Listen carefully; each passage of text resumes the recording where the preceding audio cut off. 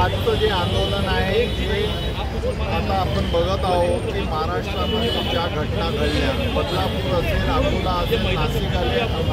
असेल आणि महाराष्ट्राच्या कानाकोपऱ्यामध्ये स्त्रीवर अत्याचार जो होत आहे, त्या अत्याचाराच्यासाठी जे लोक जे आरोपी आहेत त्यांच्यावर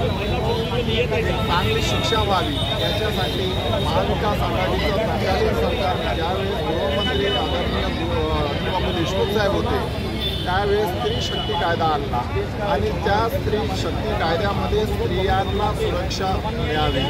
आणि जे आरोपी आहे, जे कुकृत्य करणारे आहेत त्यांना जास्तीत जास्त मोठी शिक्षा व्हावी, शिक्षेपासून फाशीच्या शिक्षेपर्यंत त्याच्यात तरतूद केलेली आहे।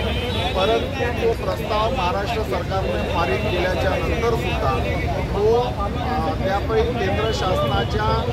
बस्त्यामध्ये धूळ खात पडलेला आहे। त्याच्यासाठी आमचं निवेदन आहे, मुख्यमंत्री